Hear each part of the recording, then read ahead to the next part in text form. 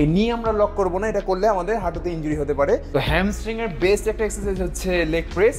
Leg প্রেসের ক্ষেত্রে অনেকে যে ভুলটা করে, কমন ভুল, সেটা হচ্ছে পা পুরোপুরি সোজা করে ফেলে, যে এই নিটাকে লক করে। এই নি আমরা লক করব না, এটা করলে আমাদের হাঁটুতে ইনজুরি হতে পারে।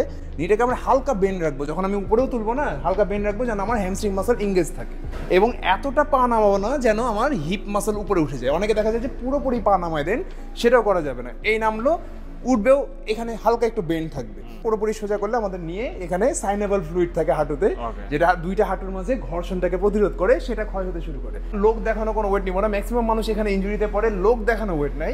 আমি আগেই বলেছি যে হাইপারট্রফি হচ্ছে এমন একটা ওয়েট নিতে হবে যেন আপনি মিনিমাম 6টা ম্যাক্সিমাম 12টা রিপিটেশন দিতে পারেন। অর্থাৎ এমন একটা ওয়েট নিয়েছেন যে আপনি 1-2বারই পারছেন না, সেক্ষেত্রে লেগ প্রেস করার কোনো দরকারই নাই।